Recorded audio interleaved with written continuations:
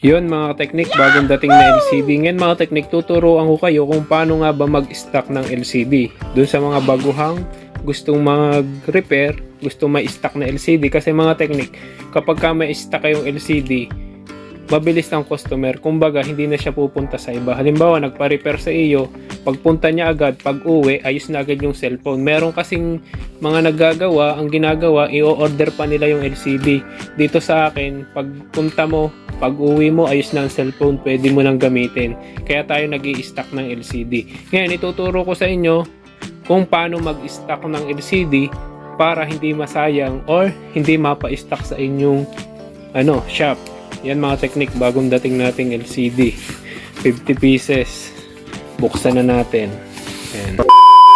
Mga teknik, at sa bago pa nating ka-teknik, iniimbitahan ko po kayo na sumali kayo sa aking raffle. Pwede kayong mga teknik manalo ng libreng LCD, libreng gawa ng cellphone.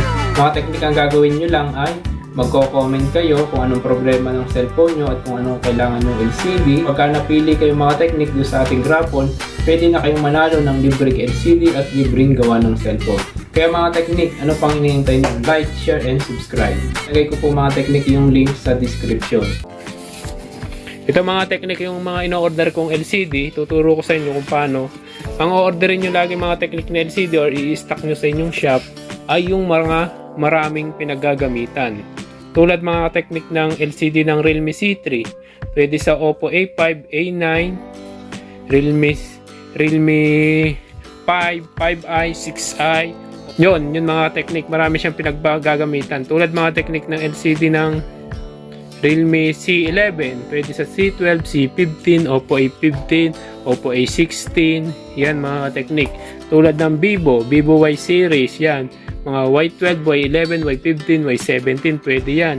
Yung mga bagong labas na Vivo, tulad ng Vivo Y20i, pwede sa Y20 SG, Y12s, yon. Basta mga maraming pinagagamitan. Kung may tanong kayo, gusto nyong malaman kung anong kaparehan ng LCD ng inyong unit, i-comment nyo lang dito mga teknik sa ating video at sasagutin ko din agad.